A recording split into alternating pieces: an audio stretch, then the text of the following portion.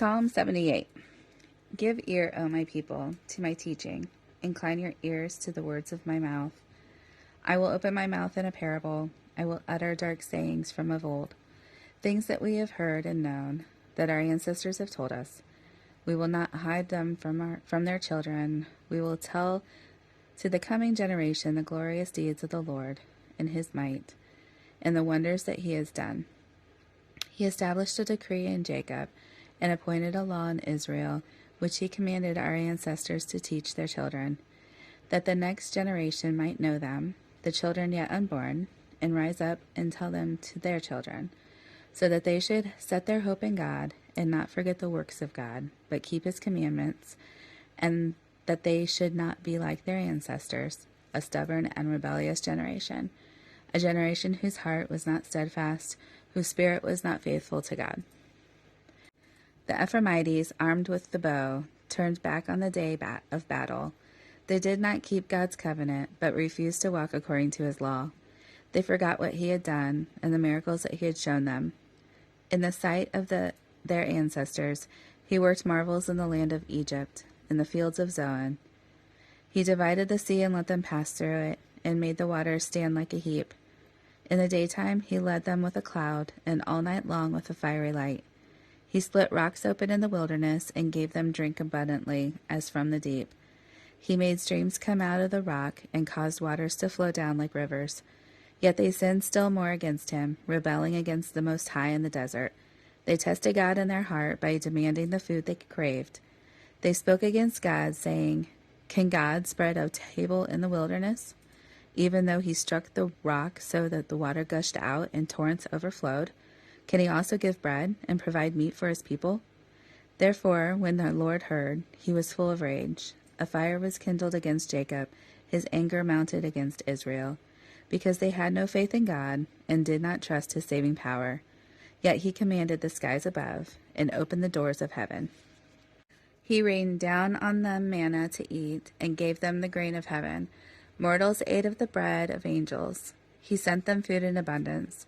He caused the east wind to blow in the heavens, and by his power he let out the south wind. He rained flesh upon them like dust, winged birds like the sand of the seas. He let them fall within their camp all around their dwellings, and they ate and were well filled, for he gave them what they craved. But before they had satisfied their craving, while the food was still in their mouths, the anger of God rose against them, and he killed the strongest of them, and laid low the flower of Israel. In spite of all this, they still sinned. They did not believe in his wonders. So he made their days vanish like a breath, and their years in terror. When he killed them, they sought for him. They repented and sought God earnestly. They remembered that God was their rock, the Most High God, their Redeemer. But they flattened him with their mouths. They lied to him with their tongues. Their heart was not steadfast toward him. They were not true to his covenant. Yet he, being compassionate, forgave their iniquity, and did not destroy them. Often he restrained his anger, and did not stir up all his wrath. He remembered that they were but flesh, a wind that passes, and does not come again. How often they rebelled against him in the wilderness, and grieved him in the desert. They tested God again and again, and provoked the Holy One of Israel. They did not keep in mind his power, or the day when he redeemed them from the foe, when he displayed his signs in Egypt, and his miracles in the fields of Zoan. He turned their rivers to blood, so that they could not drink of their streams. He sent among them swarms of flies, which devoured them, and frogs, which destroyed them. He gave their crops to the caterpillar, and the fruit of their labor to the locust. He destroyed their vines with hail, and their sycamores with frost. He gave over their cattle to the hail, and their flocks to thunderbolts.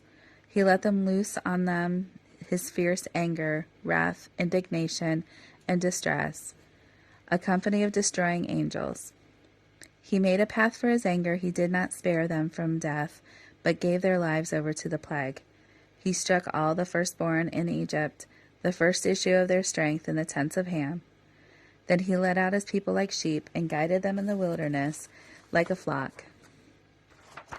He led them in safety, so that they were not afraid. But the sea overwhelmed their enemies, and he brought them to his holy hill, to the mountain that his right hand had won. He drove out nations before them. He apportioned them for the possession and settled the tribes of Israel in their tents. Yet they tested the Most High God and rebelled against him. They did not observe his decrees, but turned away and were faithless like their ancestors. They twisted like a treacherous bow. For they provoked him to anger with their high places. They moved him to jealousy with their idols. When God heard, he was full of wrath, and he utterly rejected Israel.